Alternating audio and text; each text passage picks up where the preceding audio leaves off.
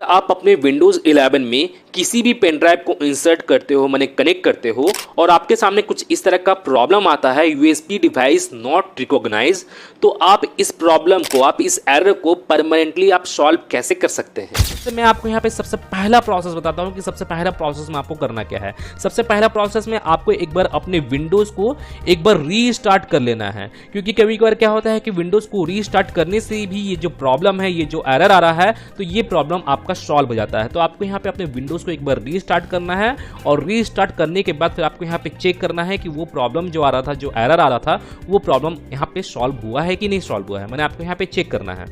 अगर इनकेस अगर आपका पहला प्रोसेस से अगर आपका ये प्रॉब्लम सॉल्व नहीं होता है, तो अब मैं आपको यहाँ पे सेकंड प्रोसेस बता रहा हूँ कि सेकंड प्रोसेस में आपको करना क्या है। सेकंड प्रोसेस में करना ये है कि आपको जो यूएसबी पेन ड्राइव जो है, आपका मेमोरी जो है, आपको उसे कोई अनदर यूएसबी पोर्ट में आपको इंसर्ट करके देखना है। कोई अनदर यूएसबी पोर्ट में आपको इंसर्ट करके देखना है कि आपका जो यूएसबी है वो प्रॉपर तरीके से वर्क कर रहा है कि नहीं।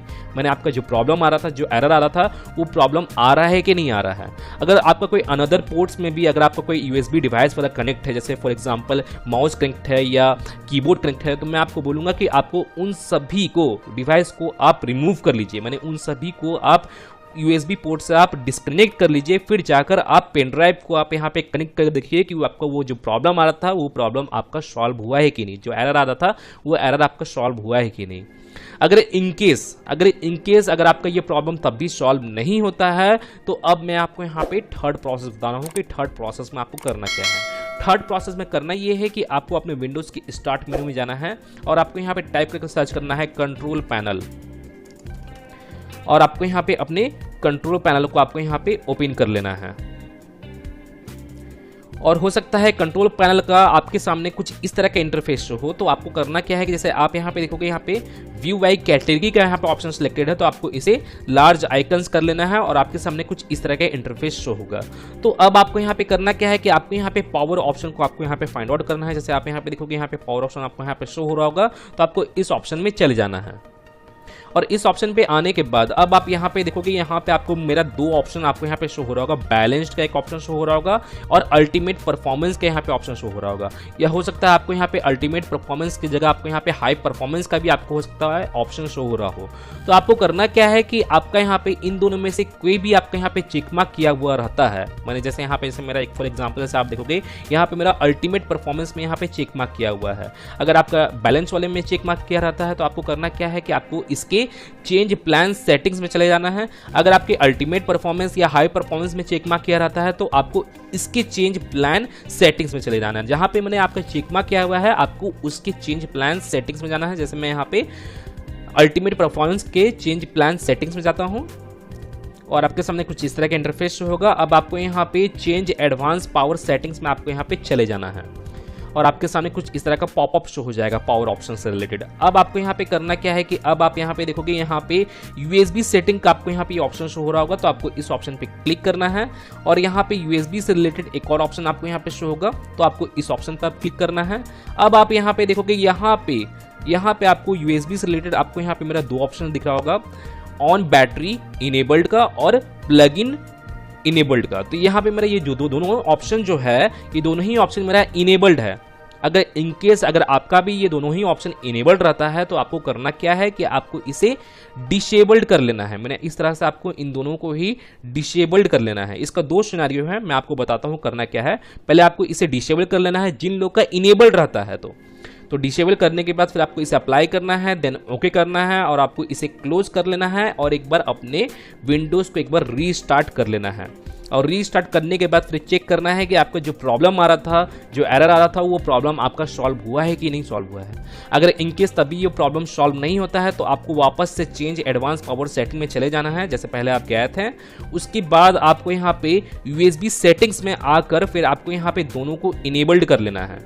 अगर आपका यहाँ पे आपको यहाँ पे डिसेबल रहता है तो इनेबल करना है। जैसे इसका दो सिनेरियो है, मैं आपको बता दूं, इसका दो सिनेरियो है। अगर आपका यहाँ पे इनेबल रहता है तो आपको यहाँ पे डिसेबल कर अपने विंडोज़ को एक बार रीस्टार्ट करना है, फिर चेक करना है कि वो काम कर रहा है कि नहीं, आपका जो प्रॉब्लम आ रहा था वो प्रॉब्लम सॉल्व हुआ है कि नहीं।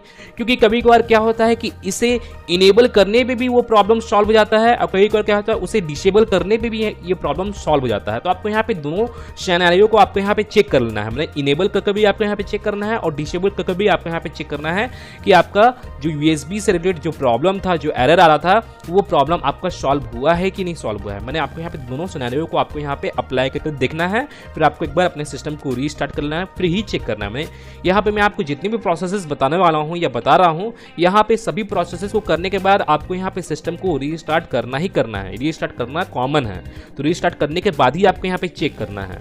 अगर इनकेस चेक करने के बावजूद भी अगर आपका ये प्रॉब्लम सॉल्व नहीं हो रहा है, ये एरर जो आ रहा था ये प्रॉब्लम तब भी सॉल्व नहीं हो रहा है, तो अब मैं आपको यहाँ पे 4th नंबर प्रोसेस बताने वाला हूँ कि 4th नंबर प्रोसेस में आपको करना क्या है। 4th नंबर प्रोसेस में आपको अपने विंडोज़ की स्टार्ट मेन्यू में जाना है और अपने विंडोज़ के सेटिंग्स में आपको चले जाना है।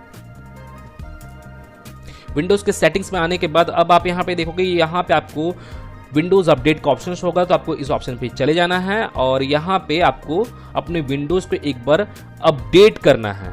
यहाँ पे जैसे मेरा ये जो विंडोज़ है ये ऑलरेडी मेरा अपडेट है, तो आपको यहाँ पे जैसे देखोगे यहाँ पे इंस्टॉल ऑल का ऑप्शन शो होगा या इंस्टॉल का ऑप्शन शो होगा या अपडेट का भी हो सकता है ऑप्शन यहाँ पे शो हो। तो आपको इसके ऊपर क्लिक कर आपको यहाँ पे चेक करना है, माने आपको यहाँ पे अपने विंडोज़ को अपडेट करना है। और अपडेट कर लेने के बाद फिर आपको यहाँ पे अपने सिस्टम को एक बार रीस्टार्ट भी कर लेना है। जैसे मैं आपको बताया हूँ, अपने सिस्टम को रीस्टार्ट करना है अपडेट करने के बाद, विंडोज़ को अपडेट करने के बाद फिर आपको उसके बाद चेक करना है कि आपका जो प्रॉब्लम आ रहा था, जो एरर आ रहा था, वो प्रॉब्लम आपका सॉल्व हुआ है कि नहीं सॉल्व हुआ है। क्योंकि कभी कभार क्या होता है कि विंडोज़ को अपडेट करने देने से भी ये जो प्रॉब्लम आ रहा है ये प्रॉब्लम सॉल्व हो जाता है। तो आपको एक बार अपने विंडोज़ को अपडेट करके भी चेक करना है। अगर आपका ये 4th नंबर प्रोसेस से भी अगर आपका ये प्रॉब्लम सॉल्व नहीं होता है, तो अब मैं आपको 5th नंबर प्रोसेस बता रहा हूँ कि 5th नंबर प्रोसेस में आपको करना क्या है। 5th नंबर प्रोसेस में आपको अपने स्टार्ट बार पे, मैंने स्टार्ट मेन्यू पे आपको यहाँ पे राइट क्लिक करना है। जैसे मैं यहाँ पे इसके ऊपर राइट क्लिक करता हूँ और राइट क्लिक करने के बाद फिर आप यहाँ पे देखोगे यहाँ पे डिवाइस मैनेजर का आपको यहाँ पे ये ऑप्शन आपको यहाँ पे शो होगा, तो आपको इस ऑप्शन में चले जाना है। मेरे डिवाइस मैनेजर को अपना ओपन कर लेना है, जो आपके विंडोज़ का डिवाइस मैनेजर है। ओपन करने के बाद अब आपको इसे डाउनलोड की ओर स्क्रॉल डाउन करना है। अब आप यहाँ पे देखोगे यहाँ पे यूनिवर्सल सीरियल बस कंट्रोलर का आपको यहाँ पे ऑप्शन शो होगा, तो आपको इस ऑप्शन पे क्लिक करना है और यहाँ पे आपको यूएसबी से रिलेटेड जितना भी ड्राइवर है आपको यहाँ पे टोटली आपको यहाँ पे शो हो जाएगा। तो आपको करना क्या है कि आपको इन सभी ड्राइवर को एक एक कर अपडेट करना है। अपडेट कैसे करना है, आपको इसके ऊपर जैसे पहला जो ये ऑप्शन है इसके ऊपर राइट क्लिक करना है, फिर आपको यहाँ पे अपडेट ड्राइवर का ऑप्शन शो होगा, तो आपको इस ऑप्शन पे क्लिक करना है और आप यहाँ पे देखोगे यहाँ पे सर्च ऑटोमेटिकली फॉर ड्राइवर्स का ऑप्शन शो होगा, तो आपको इसके ऊपर क्लिक करना है और उसे अपडेट करना है। और मैं आपको बता दूं कि अगर आप यहाँ पे किसी भी ड्राइवर को आप अपडेट कर रहे हो तो आप यहाँ पे इंटरनेट कनेक्शन को चेक कर लीजिएगा कि आपका इंटरनेट कनेक्शन कनेक्ट है कि नहीं, क्योंकि विदाउट इंटरनेट कनेक्शन आप अपने ड्राइवर को अपडेट नहीं कर सकते हो। तो आपको यहाँ पे इंटरनेट को कनेक्ट कर लेना है, तभी जाकर आपको यहाँ पे किसी भी ड्राइवर को आपको यहाँ पे अपडेट करना है। तो यहाँ पे जैसे मैं यहाँ पे सर्च ऑटोमेटिकली फॉर ड्राइवर्स पे जैसे यहाँ पे क्लिक करता हूँ, आपको इसके ऊपर क्लिक करना है। क्लिक करने के बाद अगर आपका जो ये ड्राइवर जो है, ये ड्राइवर अगर आपका अपडेट नहीं रहेगा या इंस्टॉल नहीं रहेगा तो ये यहाँ पे इंस्टॉल हो जाएगा, अपडेट हो जाएगा। जैसे यहाँ पे जैसे देखोगे यहाँ पे मेरा ये जो ड्राइवर है ये ऑलरेडी इंस्टॉल्ड है। जैसे आप यहाँ पे देख सकते हो the best drivers for your device are already installed, मेरा ये ऑलरेडी इंस्टॉल्ड है, ऑलरेडी अपडेटेड है। तो आपको इसी तरह आपको सभी ड्राइवर्स पे यहाँ पे जितने भी ड्राइवर्स आपको यहाँ पे दिख रहे हैं यूएसबी से रिलेटेड, यूनिवर्सल सीरियल बस से रिलेटेड, तो आपको इन सभी ड्राइवर को उसी तरह आपको यहाँ पे अपडेट करना है एक एक कर। तो आपको यहाँ पे अपडेट कर लेना है और इसे अपडेट करने के बाद फिर आपको करना क्या है कि एक बार आपको अपने विंडोज़ को एक बार रीस्टार्ट कर लेना है और रीस्टार्ट करने के बाद फिर चेक करना है कि आपका जो प्रॉब्लम आ रहा था यूएसबी से रिलेटेड, जो आपका एरर आ रहा था यूएसबी से रिलेटेड, वो प्रॉब्लम आपका सॉल्व हुआ है कि नहीं सॉल्व हुआ है, मैंने आपको यहाँ पे चेक करना है। अगर इनकेस ये 5th नंबर प्रोसेस से भी अगर आपका ये प्रॉब्लम सॉल्व नहीं होता है, तो अब मैं आपको यहाँ पे 6th नंबर प्रोसेस बता रहा हूँ कि 6th नंबर प्रोसेस में आपको करना क्या है। 6th नंबर प्रोसेस में आपको अपने फेवरेट ब्राउजर को ओपन कर लेना है। आपका जो भी फेवरेट ब्राउजर है, माइक्रोसॉफ्ट एज हो गया या क्रोम हो गया, तो आपको दोनों में से किसी को भी ओपन कर लेना है। जैसे मैं यहाँ पे क्रोम को ही ओपन करता हूँ। क्रोम ओपन हो जाने के बाद अब आपको यहाँ पे करना क्या है कि आपको, जैसे मैं आपको बता दूं कि यहाँ पे दो सिनेरियो है। एक कंप्यूटर वाले लोगों के लिए, जिन लोग का कंप्यूटर है, डेस्कटॉप है, मैंने पीसी है जिन लोग का, और जिन लोग का लैपटॉप है उन लोग के लिए। तो यहाँ पे जैसे बता दें कि जैसे आपके जैसे कंप्यूटर में यूएसबी से रिलेटेड प्रॉब्लम आ रहा है, जो एरर आ रहा है वो कंप्यूटर में आ रहा है, ठीक है। तो उन लोग के लिए अलग प्रोसेस मैं आपको बताऊंगा यहाँ पे। सबसे पहले तो कंप्यूटर वाले लोगों के लिए ही बताऊंगा, और जिन लोगों का लैपटॉप में आ रहा है उस तरह का प्रॉब्लम, जो प्रॉब्लम मैं आपको दिखाया हूँ, जो प्रॉब्लम आ रहा है, जो एरर आ रहा है, तो उन लोग के लिए मैं अलग प्रोसेस बताऊंगा, लैपटॉप वाले लोगों के लिए। तो यहाँ पे सबसे पहले तो मैं यहाँ पे कंप्यूटर वाले लोग के लिए बता देता हूँ, जिन लोगों का पीसी है, कंप्यूटर है, तो उन लोग को यहाँ पे करना क्या है, उन लोग को यहाँ पे टाइप करना है ड्राइवर पैक सॉल्यूशन। उन लोग को टाइप करना है यहाँ पे ड्राइवर पैक सॉल्यूशन, फिर आपको यहाँ पे एंटर प्रेस कर देना है। और ऐसा नहीं कि यहाँ पे सिर्फ कंप्यूटर वाले लोग ही यहाँ पे ड्राइवर पैक सॉल्यूशन यहाँ पे टाइप कर सकते हैं, यहाँ पे लैपटॉप वाले भी यहाँ पे ड्राइवर पैक सॉल्यूशन टाइप कर सकते हैं। और यहाँ पे जो मैं प्रोसेस बताऊंगा इस प्रोसेस को अप्लाई कर सकते हैं लैपटॉप वाले लोग के लिए भी। जो कंप्यूटर वाले लोग हैं वो भी तो अप्लाई कर ही सकते हैं, स्पेशली उन्हीं लोग के लिए है ये प्रोसेस, और जिन लोग का लैपटॉप है वो लोग भी अप्लाई कर सकते हैं। और ऐसे में आपको एक और मैं आपको लैपटॉप के लिए रिलेटेड में भी बताऊंगा, जिन लोग का स्पेशल लैपटॉप है उन लोग के लिए क्या प्रोसेस है मैं आपको आगे उन लोग के लिए भी बताऊंगा। लेकिन आपको यहाँ पे करना क्या है, जिन लोग का कंप्यूटर है आपको यहाँ पे इस ड्राइवर पैक सॉल्यूशन को आपको यहाँ पे डाउनलोड कर लेना है। ये एक सॉफ्टवेयर है ड्राइवर पैक सॉल्यूशन, आपको इसे डाउनलोड करना है, क्योंकि इसी ड्राइवर पैक सॉल्यूशन सॉफ्टवेयर के अंदर ही आपके यूएसबी से रिलेटेड ड्राइवर है। आपका जिस भी कंपनी का लैपटॉप है या जो भी आपका कंप्यूटर है उन सभी का ड्राइवर आपको ये ड्राइवर पैक सॉल्यूशन में ही आपको देखने को मिल जाएगा। तो आपको करना क्या है कि आपको इसे डाउनलोड करके इंस्टॉल कर लेना है। और जैसे मैं आपको बता दूं कि इसका भी दो तरीका है। जैसे मैं आपको बता दूं, एक होता है ऑफलाइन बेसिस पे, एक होता है ऑनलाइन बेसिस पे। तो ऑफलाइन बेसिस पे क्या होता है कि आपको यहाँ पे इस ड्राइवर पैक सॉल्यूशन को डाउनलोड करना है, फिर उसको इंस्टॉल करना है, मैंने ऑफलाइन बेसिस पे यहाँ पे हो गया। और जिन लोग मैंने यहाँ पे अगर आप यहाँ पे ऑनलाइन बेसिस पे इसे करना चाहोगे तो ऑनलाइन बेसिस पे क्या होता है कि आपको यहाँ पे डायरेक्टली ये इंस्टॉल हो जाएगा, आपको डाउनलोड नहीं होगा, डायरेक्टली आपका यहाँ पे ये इंस्टॉल हो जाएगा आपके सिस्टम में, और जो भी प्रॉब्लम है वो प्रॉब्लम आपका सॉल्व हो जाएगा। ये ऑनलाइन बेसिस पे हो गया। आप अपने अकॉर्डिंग आप यहाँ पे उस प्रोसेस को अप्लाई कर सकते हैं। आपको ऑफलाइन बेसिस पे करना है या ऑनलाइन बेसिस पे करना है, आप अपने अकॉर्डिंग यहाँ पे उसे कर सकते हैं। तो ये हो गया कंप्यूटर वाले लोगों के लिए। अब मैं आपको यहाँ पे लैपटॉप वाले लोग के लिए स्पेशली बताने वाला हूँ कि लैपटॉप वाले लोग को क्या करना है। लैपटॉप वाले लोग को यहाँ पे अपने लैपटॉप के ब्रांड को आपको यहाँ पे टाइप करना है। जैसे फॉर एग्जांपल अगर आपका एचपी का लैपटॉप है तो आपको यहाँ पे एचपी ड्राइवर आपको यहाँ पे टाइप करना है। अगर आपका लिनोवो का रहता है तो आपको यहाँ पे लिनोवो ड्राइवर आपको यहाँ पे टाइप करना है। जैसे यहाँ पे मेरा जो लैपटॉप है वो डेल का है तो मैं यहाँ पे डेल ड्राइवर जैसे मैं यहाँ पे टाइप करूँगा, जैसे मैं यहाँ पे डेल ड्राइवर टाइप किया हूँ। अब आपको यहाँ पे एंटर प्रेस करना है। अब आप यहाँ पे देखोगे यहाँ पे डेल के रिलेटेड आपको यहाँ पे ऑफिशियल वेबसाइट आपको यहाँ पे शो हो जाएगा ड्राइवर्स एंड डाउनलोड का। जो ऑप्शन है ड्राइवर्स एंड डाउनलोड का, ये ऑप्शन आपको सभी कंपनी के रिलेटेड भी आपको देखने को मिल जाएगा। एचपी के रिलेटेड या एमएसआई के रिलेटेड या लिनोवो के रिलेटेड भी आपको देखने को मिल जाएगा। तो आपको इसी ऑप्शन पे चले जाना है। और इस ऑप्शन पे आने के बाद अब आप यहाँ पे देखोगे यहाँ पे आपको ये सर्च बार आपको यहाँ पे दिख रहा हो। जैसे आप यहाँ पे देख सकते हो ये सर्च बार आपको, और जैसे मैं आपको बता दूं कि ये जो सर्च बार है ये सभी कंपनी के वेबसाइट में कॉमन है। आपको सभी कंपनी के वेबसाइट में आपको ये सर्च बार देखने को मिल जाएगा, एचपी के रिलेटेड भी या लिनोवो के रिलेटेड भी। तो आपको करना क्या है कि आपको यहाँ पे अपने लैपटॉप का सीरियल नंबर को आपको यहाँ पे टाइप करना है। मैंने इस सर्च बार में आपको अपने लैपटॉप का सीरियल नंबर को टाइप करना है। अगर बाय द वे आपको अपने लैपटॉप का सीरियल नंबर मालूम नहीं है कि क्या है तो आप अपने लैपटॉप के नीचे की ओर देखोगे, वहाँ पे एक स्टिकर लगा हुआ होगा और उसी स्टिकर में आपके लैपटॉप का serial number, model number, total detail वहाँ पे मेंशन किया होगा। तो आपको उसी सीरियल नंबर को आपको यहाँ पे टाइप करना है। और जैसे आप यहाँ पे देखोगे यहाँ पे मेरा रिकमेंड का ऑप्शन यहाँ पे शो हो रहा है। अगर बाय द वे आपका भी यहाँ पे रिकमेंड का ऑप्शन शो होता है तो आप यहाँ पे डायरेक्टली इसके ऊपर क्लिक कर सकते हो। अगर आपके यहाँ पे रिकमेंड का ऑप्शन शो नहीं हो रहा है तो आपको यहाँ पे सीरियल नंबर को टाइप करके आपको यहाँ पे सर्च करना होगा। तो जैसे मैं यहाँ पे रिकमेंड वाले ही ऑप्शन पर डायरेक्टली क्लिक करता हूँ और आपके सामने आपके लैपटॉप का जो मॉडल है, जो सीरियल है, वो टोटल आपको यहाँ पे शो हो जाएगा। जैसे आप यहाँ पे टोटल डिटेल आपको यहाँ पे शो हो जाएगा। तो आपको करना क्या है कि अब आप यहाँ पे नीचे की ओर देखोगे, यहाँ पे आपको ड्राइवर्स एंड डाउनलोड का ये ऑप्शन आपको यहाँ पे शो हो रहा होगा। तो आपको इसी ऑप्शन में चले जाना है। और जैसे मैं आपको बता दूं कि ये ऑप्शन जो है ड्राइवर्स एंड डाउनलोड का ऑप्शन, ये ऑप्शन सभी कंपनी के वेबसाइट में आपको देखने को मिल जाएगा। एचपी के रिलेटेड, लिनोवो के रिलेटेड। हो सकता है ये ऑप्शन आपको वहाँ पे टॉप की ओर भी देखने को मिले, या हो सकता है ये ऑप्शन आपको डाउनलोड की ओर भी देखने को मिले, या नहीं तो ये ऑप्शन शो नहीं कर रहा है तो वहाँ पे एक सर्विस का ऑप्शन आपको वहाँ पे शो करेगा। तो अगर आप वहाँ पे सर्विस वाले ऑप्शन पे क्लिक करोगे, मैंने उस ऑप्शन पे जाओगे तो आपको ये ऑप्शन शो हो जाएगा ड्राइवर्स एंड डाउनलोड का। तो आपको इसी ऑप्शन पे आपको यहाँ पे क्लिक करना है और क्लिक करने के बाद अब आपको इसे स्क्रॉल डाउन करना है। अब आप यहाँ पे देखोगे, यहाँ पे फाइंड ड्राइवर्स का आपको ये ऑप्शन शो होगा। तो आपको इस ऑप्शन पे क्लिक करना है। और क्लिक करने के बाद जो आपके लैपटॉप का जो जेन्युइन ड्राइवर है, जो सीरियल नंबर है, उसके अकॉर्डिंग यहाँ पे जो भी जेन्युइन ड्राइवर है वो यहाँ पे शो हो जाएगा। तो अभी फिलहाल तो मैंने यहाँ पे लोड हो रहा है, तो आपको यहाँ पे कुछ सेकंड जरा वेट करना है। फिर उसके बाद यहाँ पे आपके जितने भी ड्राइवर्स है वो टोटली ड्राइवर्स आपको यहाँ पे शो हो जाएंगे नीचे की ओर। अब आप यहाँ पे देखोगे, यहाँ पे मेरे ये टोटल ड्राइवर्स, मेरे लैपटॉप के रिलेटेड जितनी भी ड्राइवर्स है वो आपको यहाँ पे शो हो जाएंगे। जैसे आप यहाँ देख सकते हो, यहाँ पे मेरा शो हो भी रहा है। यहाँ पे आपको जितने भी ड्राइवर आपको यहाँ पे शो हो रहे हैं, यहाँ पे मेरे लैपटॉप के रिलेटेड जितने भी ड्राइवर आपको यहाँ पे शो हो रहे हैं, तो आपको करना क्या है कि आपको इन सभी ड्राइवर्स को आपको एक एक कर इन सभी को डाउनलोड कर लेना है। जैसे आप यहाँ देखोगे, यहाँ पे डाउनलोड का ऑप्शन है, तो आपको इन सभी ड्राइवर्स को एक एक कर आपको यहाँ पे डाउनलोड कर लेना है। और डाउनलोड करने के बाद फिर आपको यहाँ पे अपने सिस्टम में इन सभी ड्राइवर को इंस्टॉल कर लेना है। और इसे इंस्टॉल कर लेने के बाद, इन सभी को इंस्टॉल कर लेने के बाद फिर आपको एक बार अपने सिस्टम को, मैंने अपने विंडोज़ को एक बार रीस्टार्ट भी कर लेना है।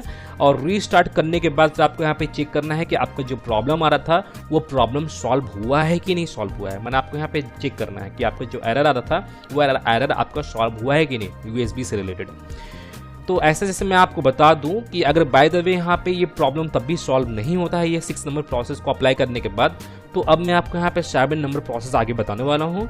ऐसे मैं आपको बोल दूं कि यहाँ पे 6 नंबर प्रोसेस तक आते आते आपका जो प्रॉब्लम है ये प्रॉब्लम सॉल्व हो जाएगा। लेकिन बाय द वे अगर आपका ये प्रॉब्लम सॉल्व नहीं होता है तो आपको यहाँ पे 7 नंबर प्रोसेस को अप्लाई करना है। तो 7 नंबर प्रोसेस में आपको करना क्या है कि आपको अपने विंडोज़ की स्टार्ट मेन्यू में जाना है और आपको यहाँ पे टाइप करके सर्च करना है कंट्रोल पैनल। जैसे मैं यहाँ पे टाइप करके सर्च किया हूँ और यहाँ पे आपको अपने कंट्रोल पैनल को ओपन कर लेना है। और ओपन करने के बाद फिर आपको यहाँ रिकवरी से रिलेटेड आपको यहाँ पे ऑप्शन को फाइंड आउट करना है। जैसे आप यहाँ पे देख सकते हो, यहाँ पे रिकवरी का ऑप्शन शो हो रहा होगा, तो आपको इस ऑप्शन में चले जाना है। और इस ऑप्शन पे जाने के बाद अब आप यहाँ पे देखोगे, यहाँ पे 2nd नंबर ऑप्शन आपको यहाँ पे ओपन सिस्टम रजिस्टर का ऑप्शन आपको यहाँ पे शो हो रहा होगा, तो आपको इस ऑप्शन पे क्लिक करना है।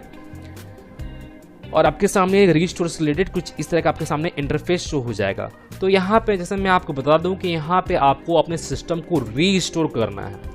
अगर बाय द वे आपको मालूम नहीं है कि रीस्टोर करने से क्या होता है, तो मैं आपको वो भी क्लियर कर देता हूँ कि रीस्टोर करने से क्या होगा।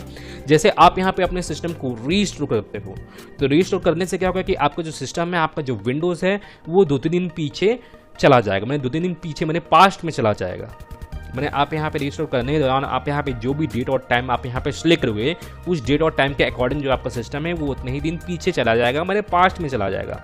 और पास्ट में जाने का मतलब ये है कि जैसे मान के चलिए ये जो आपका प्रॉब्लम आ रहा था, जो एरर आ रहा था, वो प्रॉब्लम आपका पहले नहीं आ रहा था। मैंने फॉर एग्जांपल ऐसे मान के चलिए येस्टरडे को ये प्रॉब्लम नहीं आ रहा था, ये प्रॉब्लम आज ही आ रहा है, और येस्टरडे को ये प्रॉब्लम नहीं आ रहा था। तो आप यहाँ पे अपने सिस्टम को पास्ट में भेजोगे, मैंने येस्टरडे में भेजोगे या उससे पहले भेजोगे, तो वो प्रॉब्लम येस्टरडे में नहीं था, तो आपका जो सिस्टम है वो एज इट इज़ वैसा ही हो जाएगा। जो प्रॉब्लम नहीं था वो प्रॉब्लम भी आपका सॉल्व हो जाएगा। मैंने कहने का मतलब ये है कि आप यहाँ पे अपने सिस्टम को जितने दिन पीछे करोगे, उतने दिन आपका सिस्टम उतने दिन पहले जैसा भी था वो एज इट इज़ वैसा ही हो जाएगा। अगर आपको वो प्रॉब्लम नहीं था तो वो प्रॉब्लम भी आपका सॉल्व हो जाएगा। तो रीस्टोर करने से यही होता है। और जैसे मैं आपको बता दूं कि रीस्टोर करने के दौरान अगर आपको यहाँ पे कुछ इस तरह का एरर शो हो रहा है, जैसे आप यहाँ देख सकते हो, यहाँ पे इस तरह का कुछ प्रॉब्लम शो होता है रीस्टोर करने के दौरान, तो मैं इस प्रॉब्लम को सॉल्व करने से रिलेटेड एक सेपरेट वीडियो बनाया हूँ, और मैं उस वीडियो का लिंक अपने इस वीडियो के डिस्क्रिप्शन में और ऊपर आई बटन पे दे दिया हूँ, तो आप जाकर उस वीडियो को वॉच करके आप इस प्रॉब्लम को सॉल्व कर सकते हैं। मैं इस वीडियो में इसलिए नहीं बता रहा हूँ इस प्रॉब्लम को सॉल्व करने के लिए, क्योंकि ये वीडियो ऑलरेडी लॉन्ग हो चुका है और मैं नहीं चाहता हूँ कि ये वीडियो और भी ज़्यादा लॉन्ग हो। अगर आपको आपके सिस्टम में आपके रजिस्टर करने के टाइम अगर आपको यहाँ पे कुछ इस तरह का एरर आ रहा है, इस तरह सा प्रॉब्लम आ रहा है, तो आप उस वीडियो को वॉच करके आप इस प्रॉब्लम को सॉल्व कर सकते हैं। जैसे मैं आपको बता दिया हूँ कि आपको मेरे डिस्क्रिप्शन में और आई बटन पे देखने को मिल जाएगा उस वीडियो का लिंक। तो इस प्रॉब्लम को सॉल्व करने के बाद फिर आपके सामने यहाँ पे नेक्स्ट का बटन शो होगा, तो आपको इस नेक्स्ट वाले बटन पे क्लिक करना है। और क्लिक करने के बाद फिर आपको वहाँ पे कुछ डेट और टाइम आपको वहाँ पे शो होंगे। हो सकता है आपको सिंगल डेट और टाइम शो हो, या हो सकता है आपको 5, 6, 7 और भी आपको डेट और टाइम आपको वहाँ पे शो हो। तो आपको करना क्या है कि आज के डेट के नियरली आपको वहाँ पे जो भी डेट और टाइम आपको वहाँ पे शो होता है, तो आपको उस डेट को वहाँ पे सेलेक्ट कर लेना है। और सेलेक्ट करने के बाद फिर आपको देन नेक्स्ट करना है। फिर उसके बाद आपको टॉप में आपको वहाँ पे सी ड्राइव का ऑप्शन शो होगा, तो आपको उस सी ड्राइव को सिलेक्ट करना है, फिर उसके बाद फिनिश कर देना है। और जैसे मैं आपको बता दूं कि अगर आपके सी ड्राइव में कोई इंपॉर्टेंट डेटा वगैरह अगर आप आज रखे हो, कोई इंपॉर्टेंट डेटा वगैरह है तो मैं आपको बोलूँगा कि आप उस इंपॉर्टेंट डेटा वगैरह को या उस इंपॉर्टेंट फाइल को कोई अनदर ड्राइव में शिफ्ट कर लीजिए। जैसे D drive, E drive, F drive भी है तो आप अनदर ड्राइव में आप शिफ्ट कर लीजिए, क्योंकि यहाँ पे आपको जो सी ड्राइव है जो आपका जिसमें आपका विंडोज़ है वो ड्राइव आपका यहाँ पे रजिस्टर होगा, और हो सकता है रजिस्टर होने के दौरान आपका जो भी इंपॉर्टेंट डेटा है वो डेटा आपका रिमूव हो जाए, जो फाइल है आप जो सेव किए हो सकता है वो आपका रिमूव हो जाए। इसलिए मैं बोल रहा हूँ कि आप उस फाइल को कोई अनदर ड्राइव में आप शिफ्ट कर लीजिए, तभी जाकर आप यहाँ पे रजिस्टर कीजिएगा। तो यहाँ पे सी ड्राइव को सिलेक्ट करने के बाद फिर आपको फिनिश करना है, और फिनिश करने के बाद जो आपका सिस्टम है वो रजिस्टर होना स्टार्ट हो जाएगा।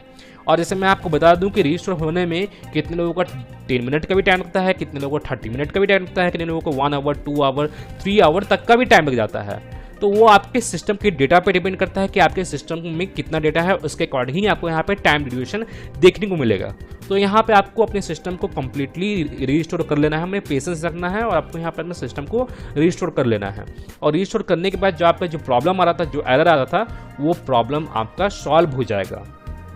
अगर इनकेस अगर आपको वो प्रॉब्लम तब भी सॉल्व नहीं होता है रिस्टोर करने से, तो यहाँ पे आपको अपने सिस्टम को रीसेट करना होगा। और मैं रीसेट करने से रिलेटेड एक सेपरेट वीडियो बनाया हूँ, और मैं उस वीडियो का भी लिंक अपने इस वीडियो के डिस्क्रिप्शन में और ऊपर आई बटन पे भी दिया हूँ, तो आप जाकर उस वीडियो को वॉच कर सकते हैं। तो गाइज मैं फिर मिलता हूँ नेक्स्ट वीडियो में, till then and bye bye. और एक बात और, सब्सक्राइब बटन पे 2-3 फैट लगा दीजिएगा, जिससे सब्सक्राइब हो जाए और घंटी वंटी गिर जाए।